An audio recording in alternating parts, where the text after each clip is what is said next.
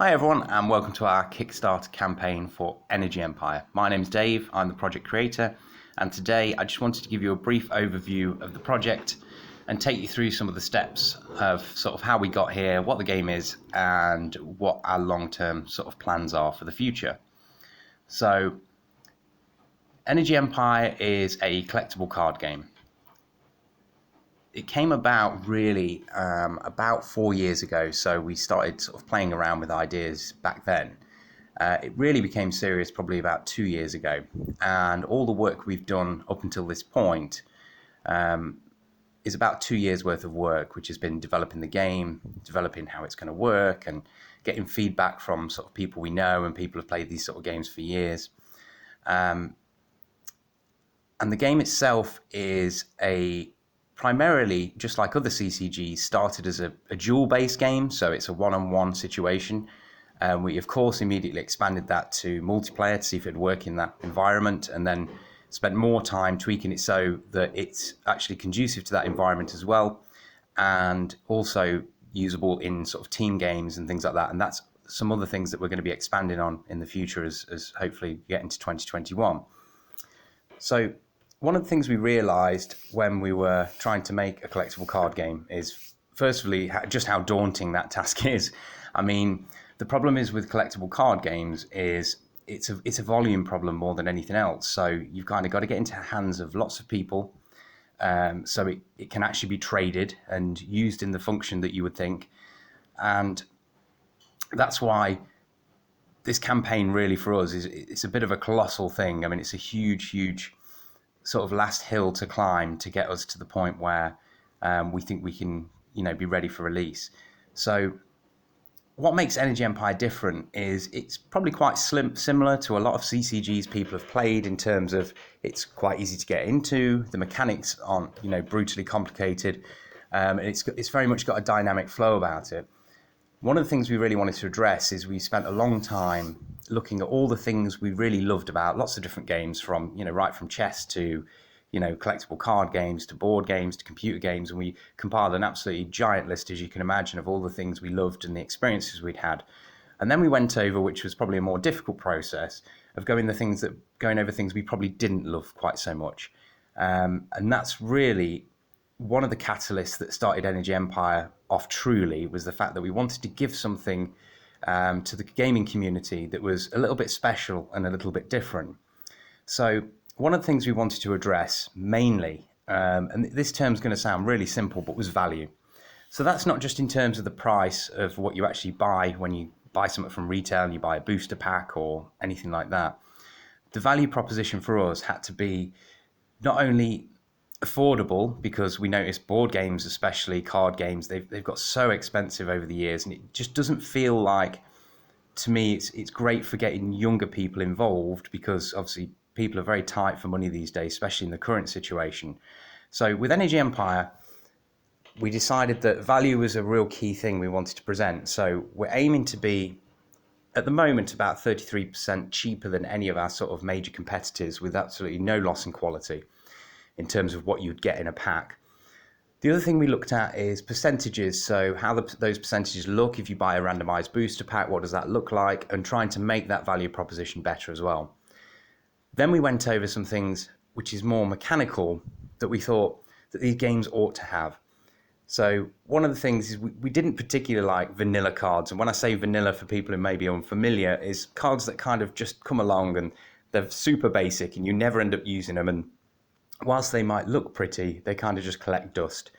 So we wanted to make sure all our cards had some sort of function and some role to play in the greater scheme of fighting a war in Energy Empire.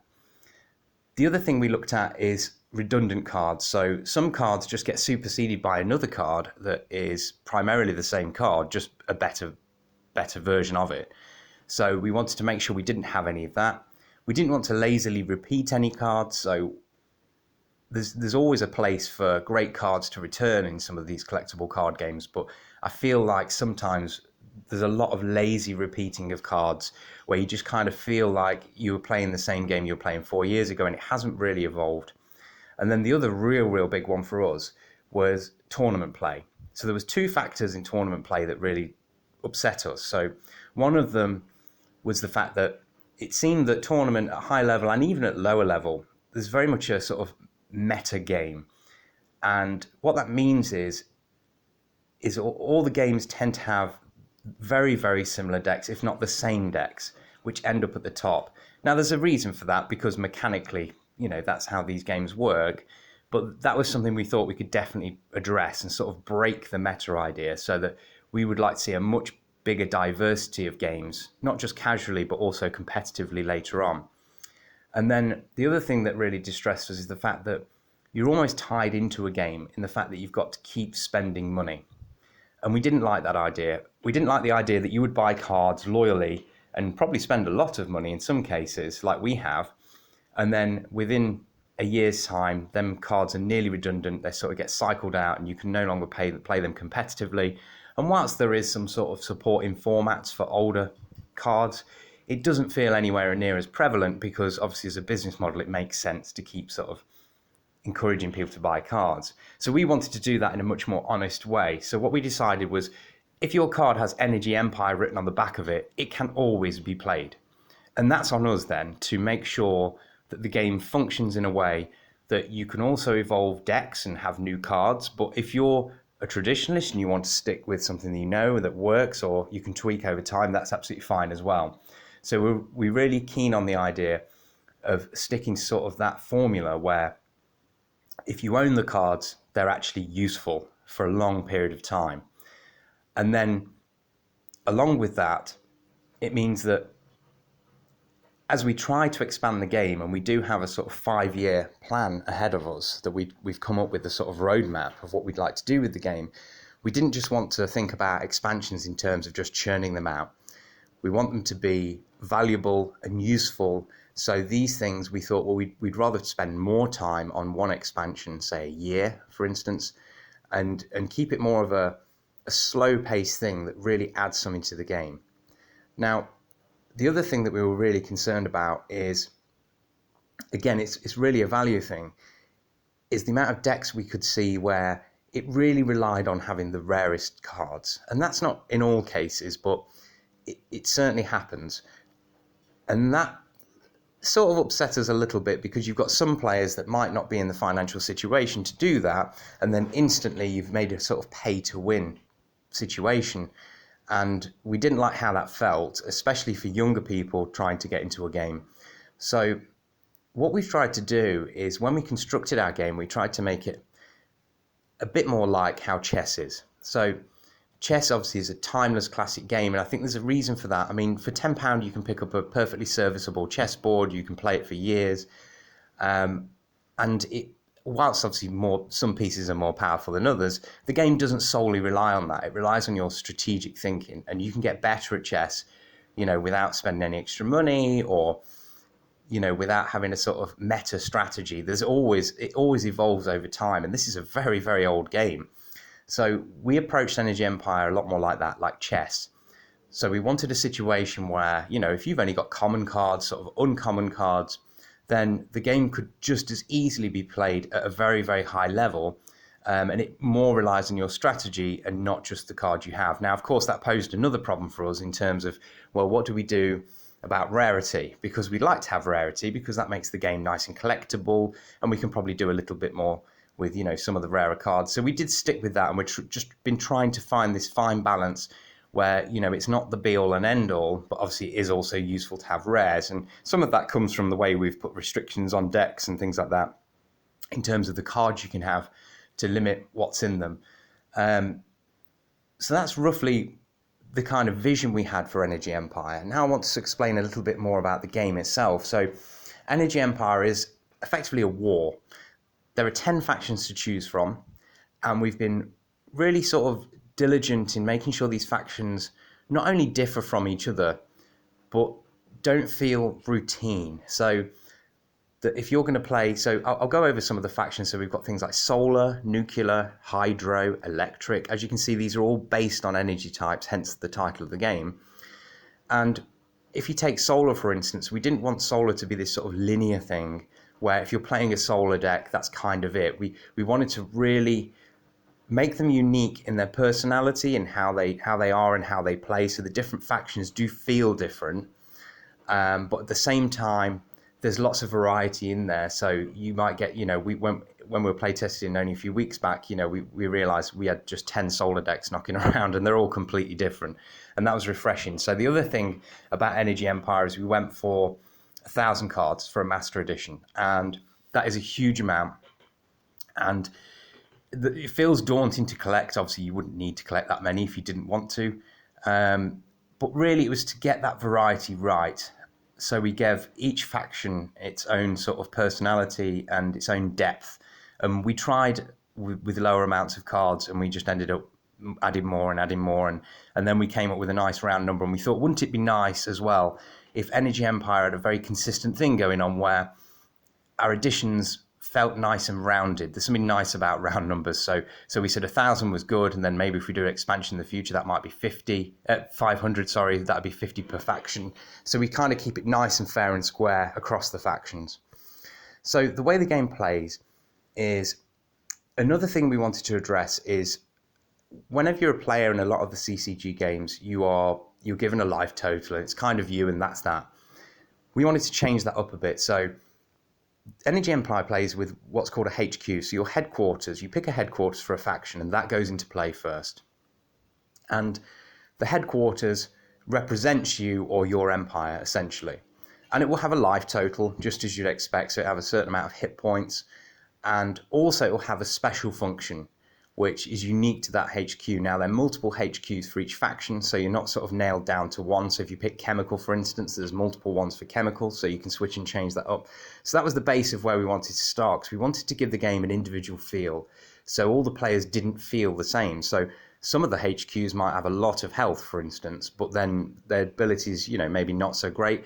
And then others have very, very low health. That's sort of the risk-reward thing going on there. But at the same time, it has a great ability, which might be really useful sort of going forward. So you play your HQ, and Energy Empire works in a rows system. So next to your HQ, you can build structures. And essentially what you're doing is you're building a power grid. And every go, you're generating a certain amount of power.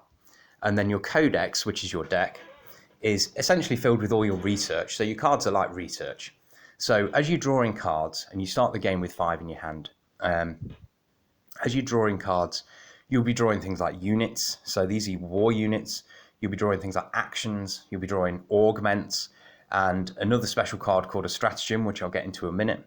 So the idea is you've got your structure row where you're building everything next to your HQ. This is sort of your base of operations. In front of that, you've got a support row, and the support row is purely there to defend against any enemy attacks. And then in front of that, you've got a strike row. And your strike row is where you execute all your war strategies against your opponent, i.e. attacking them.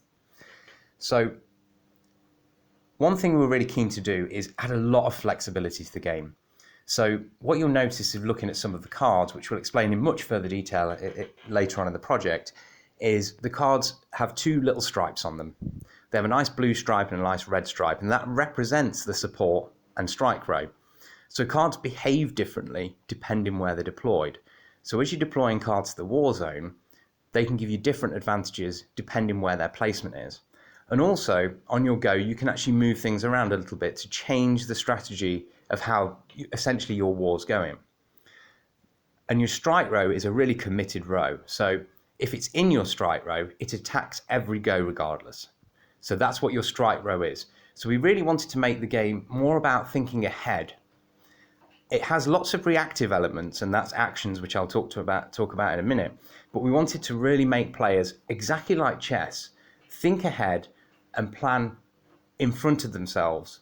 So we see that already in CCGs today, but not to the extent we wanted. We really wanted it to be sort of aha moments where you can really catch an opponent out, and they wouldn't be expecting it. And it's not really just about what's in your hand. And I'll give you some examples of that in a minute. So for instance, Chemical has an interesting mechanic, which believe me, we argued about for months. And Chemical allows you to put cards to the bottom of your deck.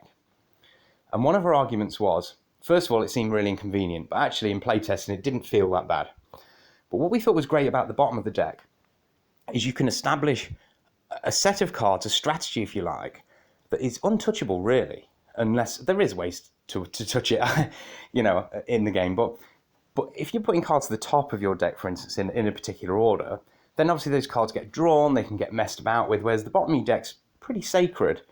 So what we allowed Chemical to do, and other factions as well, but definitely Chemical, is it can place cards at the bottom of your deck, it can keep them nice and tidy and tucked away, and you're actually planning for the future there. And then you can pull these cards back at certain points with different powers, different cards, different units. So it really gives you time to plan against an opponent. So that was kind of how units are and some of the ideas around Energy Empire. Then we've got actions, and actions are really cards that happen instantaneously that cause an action. So it might be things that can sort of dramatically shape battle or add extra power to a unit or save you skin if need be. And then we've got augments. Now augments we wanted to be really, really flexible. So augments is a very general card, but stipulated on the card is what it augments. So augments are interesting because they can augment units, and typically when you augment something, it's an enhancement of some sort. Some a risk-reward, cost-benefit kind of situation, but for the most part they're an enhancement. And we wanted you to be able to augment things like your structures, your HQ, even your codex, as in your deck. So you can literally change the flow of how the game plays. Now, the other thing we wanted to address is discarded or used cards. So we made this situation where you've got your codex, and when your units die or cards get discarded, they end up in your scrapyard. Now your scrapyard is a place that isn't just a place for dumped cards, it's a lot more useful than that. So scrap, in certain ways, without giving too many secrets away, can be used to reconstruct things, to do different things in the game. And Steam, for instance, relies heavily on scrap. So Steam is quite a functional, sort of industrious colour that really makes every effort to sort of use all its resources, where you put that in comparison to, say, Nuclear. Nuclear is very much a colour that is very overpowered in the sense that it's wasteful. It doesn't care. It has massive amounts of power and it's not frightened to use it. So you can kind of see already where the flavours start to come into this. And then one of the other cards we've got is a stratagem. Now, one thing we wanted to do in Energy Empire is, in playing lots of other CCGs and playing our own game, what we realised was everyone gets duff games. And they're unavoidable with the random nature of shuffling a deck. But what we wanted to do is give you an opportunity to claw back from a duff game and really save your own skin. And me and my son have experienced this a lot recently because we've been playing sort of very competitively against each other. But we introduced stratagems, and what stratagems are is they're free to play, so there's no energy restriction or anything on them. They have to be played in a very particular phase of your go, which happens to be at the very, very beginning. And it is literally a strategy you're deploying on the war zone. And what stratagems do is essentially break the rules of the game. Now that sounds quite shocking, but it's really quite fair the way we've tried to balance it. So there's always a risk. So the rewards are great, but there is a risk. But what it means is you can lay down a stratagem and really change a battle by changing, formations or what you're doing or how your attacks are. It really changes up a game. And again, these are a card that we've restricted quite heavily. So a stratagem is something you can only have in your deck once. You can have multiple stratagems, but only one copy of the particular stratagem. And then we've got other cards which are infamous cards. And infamous are these sort of deadly, sort of legendary cards that exist. Again, are restricted to one in your deck. And these cards are just, a little bit more special than what you'd normally get. But at the same time, we don't think they're broken in any way. We just gave you something that we wouldn't like you to have a repeat of 3 of, which is the standard for an Energy Empire deck. 3 cards is the max you can have of any particular card, but 1 would be just fine. And we've also gave all the factions, plenty of infamous options to go with, so they can, really tailor it to their playstyle. So that's a little bit more about the game. And the game is super simple. Like, you can pick it up and play it on a train or in your living room or, wherever you like, really. And really all you need is a way of counting life. So this comes in the form of, we use dice. Obviously, we can hit one of the stretch goals of our project. What we're looking to do is give you a dedicated companion app, which would help a lot of people because, 90% of people have their phones with them all the time. And then this companion app would not only track your life, it would track things like which player you are. It'd be logged against an actual player profile online. So you could even track your casual games against your friends, and that would be stored in a database for you, so you could see those stats whenever you liked. So that's kind of where we're heading with that. So the only other big difference I'd say is damage in our game is permanent. So when a unit takes damage, it is damaged and it has damage counters associated with it. Now we will be producing some damage counters to go with the game, but again, we often use memory just because it's so easy, or your little D6s, or whatever really suits you, just like any other card game. We wanted to make it as accessible as possible. And in terms of how the cards work on the board, there's actually quite less interaction than you would think with the cards, because we wanted to lay it out so you're thinking the strategy ahead. So when you're laying things down, it's kind of like you've really thought about these decisions, and that's how it's going to play out. So apart from moving things rows sometimes, your strike row is doing its function, your support row is doing its function. And then, of course, there's lots of devious ways to mess with the opponent's strategy. One of those being we have infiltration cards. So infiltration cards will actually infiltrate an enemy's side, an enemy's war zone, and offer them a benefit. So they kind of sit there and look quite tasty, but at the same time, there's a massive detriment to having them over there. So they work literally just like a spy.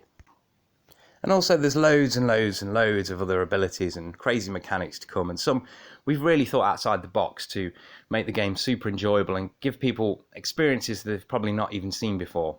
So I'm not going to talk too much more about the game. We are going to be doing some sort of reveal videos and showing you some playtesting and things like that. But for now, there's certainly a lot of surprises, and we're trying to find that delicate balance, because we have 1,000 cards. We're super excited to show the world. And we're going to be sort of drip feeding these to you guys, to give you a real good flavour of what it's about and what's coming. But at the same time, we don't want to kind of just hand everything over, because then it'll feel a little bit disappointing when you pick up a booster pack and or you get one sent to you if you're back in the project and, everything in it's kind of what you expected. So we're trying to find that very, very fine line of, giving people enough information, but at the same time keeping some mystery, which that's one of the things we decided we loved about these sort of games, is the fact that the mystery of the excitement of getting something new that you really didn't expect. So now on to a bit about the project in terms of, what our plans are, how we're going to do it. So initially we're looking to launch in the UK. That just made sense to us because that's where we live.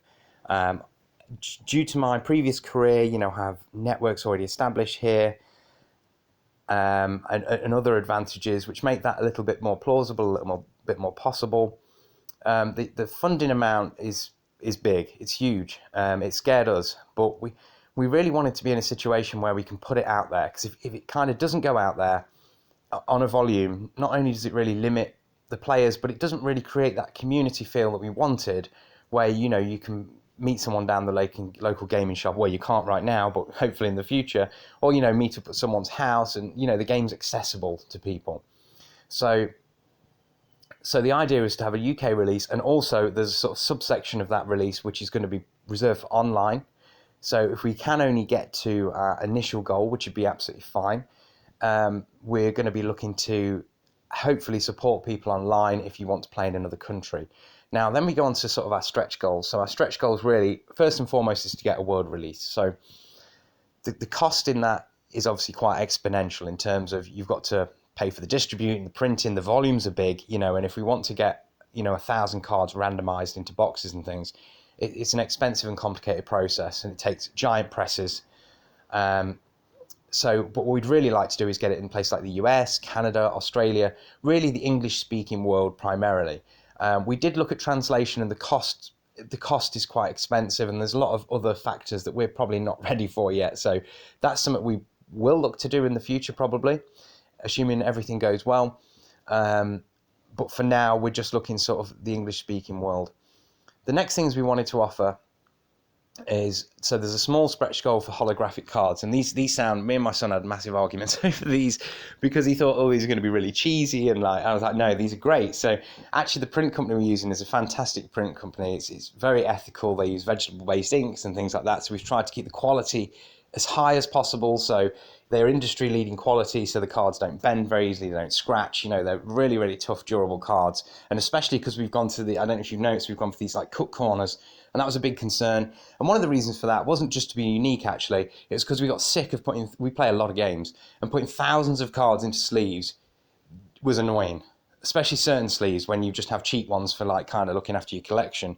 So the cut corners was to make, when we prototyped it, we're like, oh, that's great, because they just kind of slide in and just help guide that process, which sounds silly, but that was one of the reasons we decided on that. And it just looked kind of cool as well. So we've got a great print company, and one of the functions is they offer like holographic cards. So we had to really compare that. And we really like foil cards. We were like, we really love foil rares and things like that. It's just nice to get a foil, and they just look so great. And obviously, if you're a collector and you want to sell cards or trade them or anything like that, they hold a certain value because obviously the rarity goes up. So when we discussed this, they said, well, we do a holographic one, and we were sort of, that sounds amazing. Look, for me, I was like a little boy inside. I was like, that sounds incredible. My son was much more dubious. He was sort of like, no, that sounds really cheesy. It sounds awful. But actually, when we saw the finished product, they're stunning. So they are really, really great. And we thought that'd just be a nice thing to have, because it kind of really brings the game to life as well.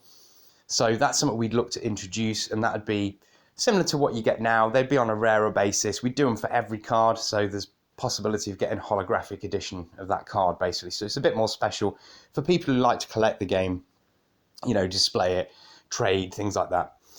The next stretch goals were a little bit further on. So we want to, a lot of these plans we have anyway, so I just want to sort of outline that. So these plans, if we to get the UK launch, would be amazing.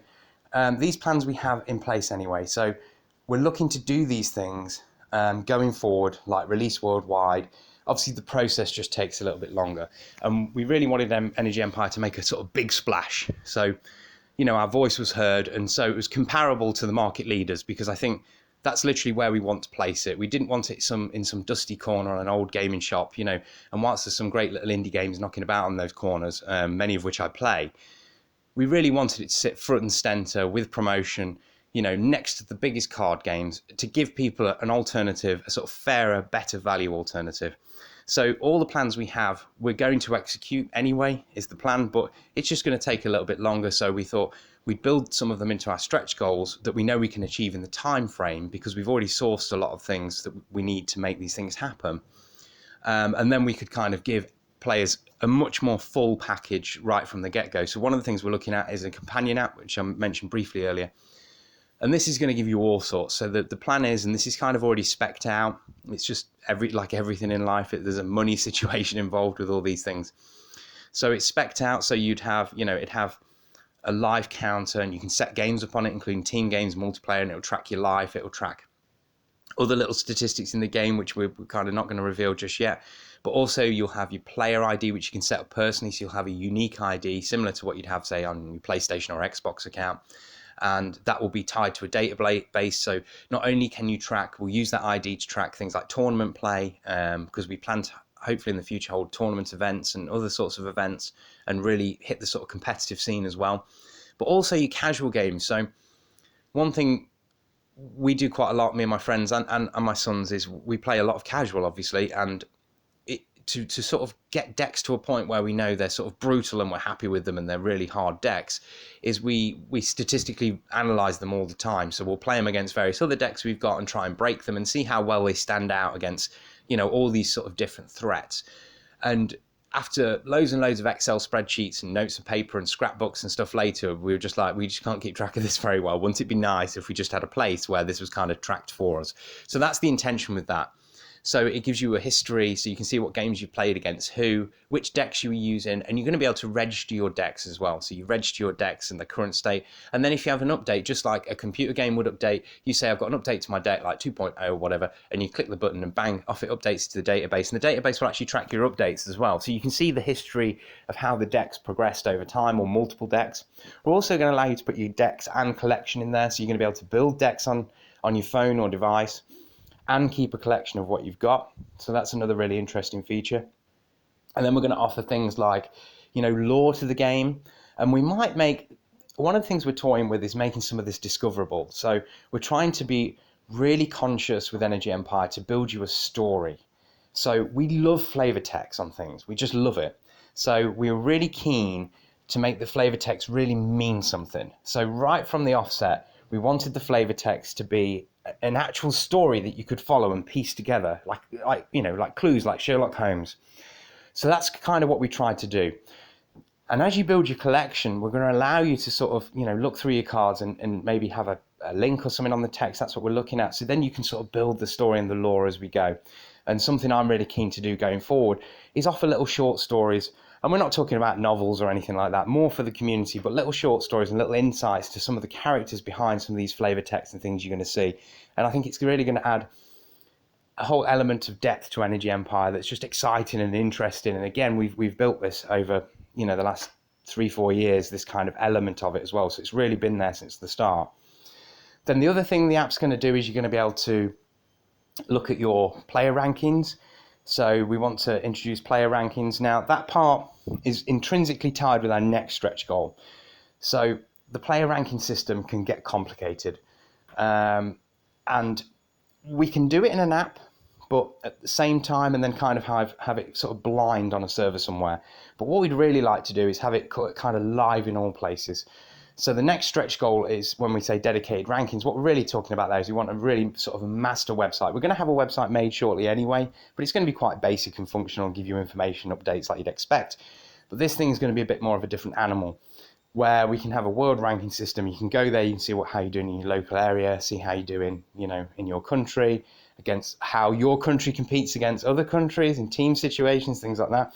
So that all ties in together. Those two stretch goals are kind of built together. So, and then lastly in the app, we want to, allow you to get news feeds and updates. I really don't like the idea of pushing notifications to people. I think it personally drives me mad, but I think it's because I'm old and antiquated. But just a page you could go to, so you don't have to search for Energy Empire, you don't have to see what leaks there are for new editions or anything like that.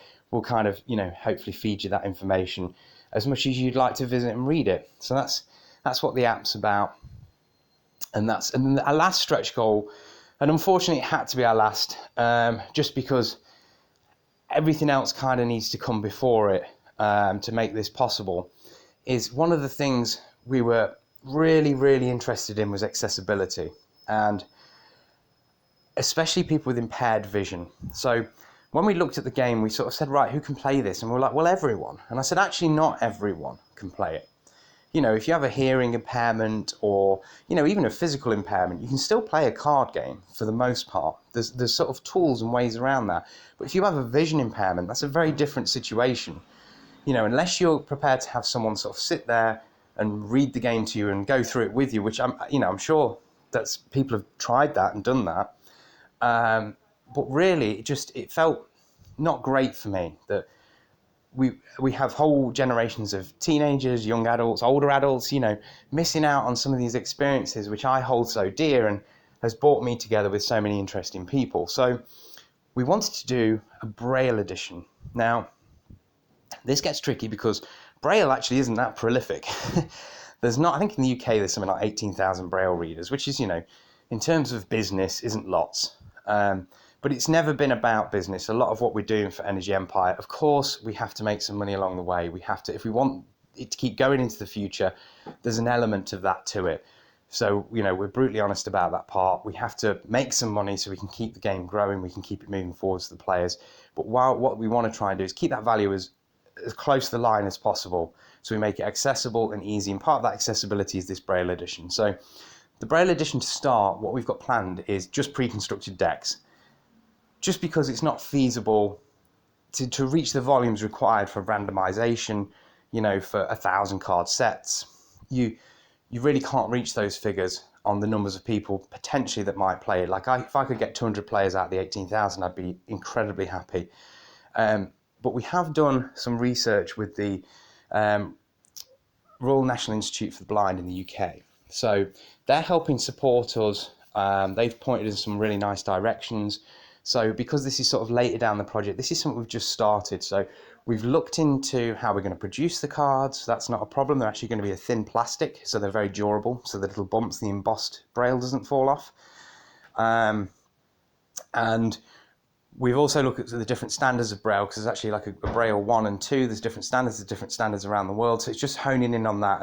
And what we're going to have to certainly do is simplify the cards down a little bit. And it won't be drastic things. It'll be things like where the artist is written. By the way, you'll probably notice my name's on the artist. I'm on all the cards at the moment. I'm not the artist of these cards. It's just that's a placeholder, because these are sort of prototypes before we go into the final stages.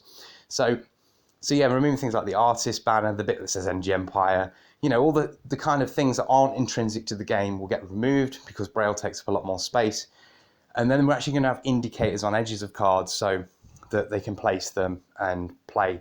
So someone with an impaired vision situation could play just like anyone else.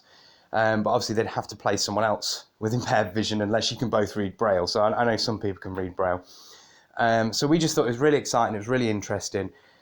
And we was actually scheduled, unfortunately, to sit down with some people, get some proper feedback from the sort of impaired eyesight community to see if there's something they'd like. We have had some conversations, digitally, but we wanted to sit down with some people now. The lockdown situation in the UK has been pretty brutal, so that's just kind of come crushing in again. So we've missed that opportunity, but it's something we're going to be doing in the new year. And we just sort of realised that when we looked at it, this is, as far as we're concerned, we've looked at, has never happened. So you can get braille playing cards, but we've never seen these sort of fantasy games and things just don't ever get to that space, which seems vastly unfair for the sake of, here's just a different method of printing, essentially. And with a little bit of thought and foresight, it feels like something we could achieve, like no problem. So that is still on our radar. It is one of our final stretch goals, just because so many other elements have to be in place before we could even get to that stage. But in terms of the future, it's definitely something we're pursuing permanently. So I might have rambled a bit today, but that gives you hopefully a bit of an oversight of the game, a bit of an oversight of what our plans are. We are going to go into launch this week, which you'll be hearing this after launch, of course. And we're just doing 30 days. So because it's coming up close to Christmas and we didn't want it to feel like, pressurizing for people or anything like that, any support you could offer, even feedback, just interaction. We're going to try and interact as much as humanly possible, me and the rest of my little team. It would be really, really appreciated. So the general sort of plan we have is we're looking at a 2021 summer launch next year. The reason for that is it's just the volume, really. I mean, so we're in a great place with the game. We're sort of kicking the back end out of it now in terms of we need to break it. We're trying to break it all the time in multiplayer and team situations. It's a bit of a nightmare for us because most of the time we're playing on prototype cards or black and white cards. So it's, just because to print 1,000 cards out, multiple times, it starts becoming costly. So that's how we've been doing it. And we started off small with the play testing. And then we've expanded out to, from new players to seasoned veterans and things like that. And we might look to do a sort of play testing, period, with backers and with the public next year. If that becomes possible and it feels like a worthwhile experience, which I think it would be, we might be in a situation to do that as well. So we said summer 2021. It's probably gives us a little bit of leeway, which is obviously what we'd planned, in terms of, distribution, print times, just tweaking the game, getting it dead set, make sure all the art's in place, because we're in a funny situation with the art where, we might have to use some stock images and things like that, which is fine. The quality is still there, but we're also talking to lots of artists, art universities, colleges, things like that, to look at some commissions or using some work people have previously done. It's another giant hurdle for us is the 1,000 art. I mean, we do have a contingency plan, so we're happy where we are with it, but obviously we'd really like that bespoke original feel to come through.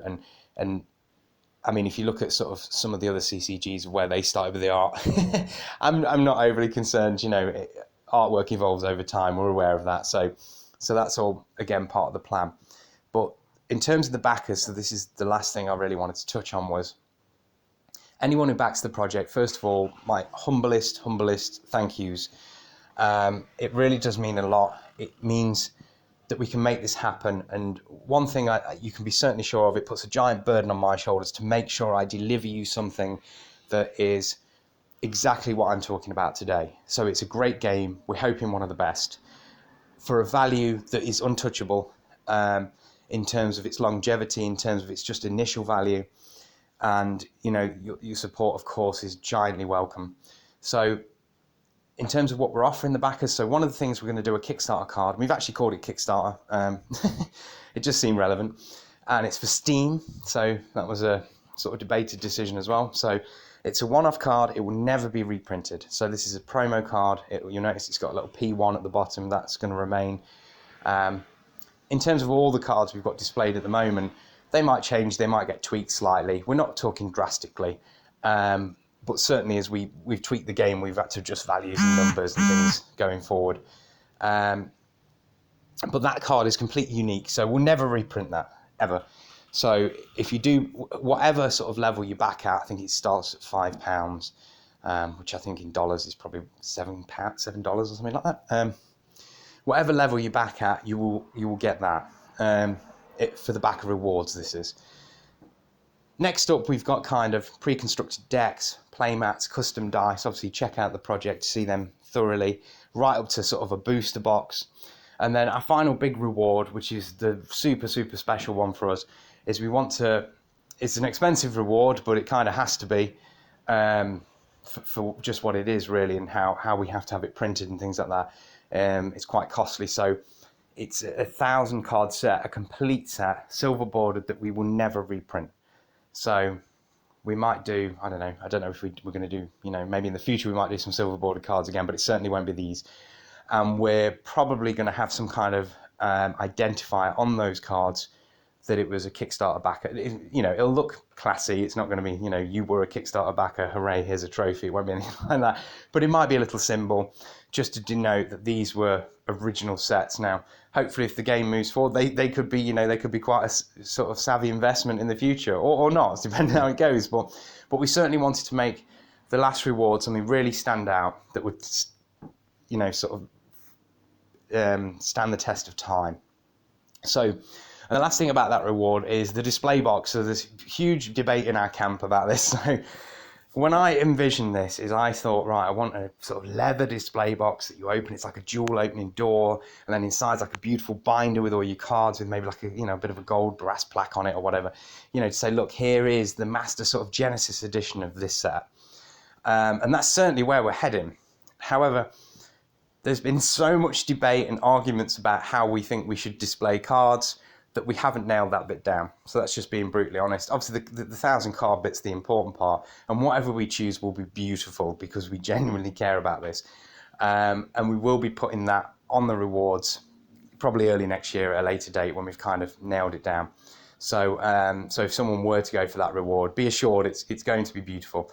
But like I said, there's just some arguments about, you know, should it be a kind of, you know, a book you go through like a collection type thing, and I worry that they flop about a bit. Should it be more like hard paper? Anyway, I won't bore you with those details. That's for us to fight over.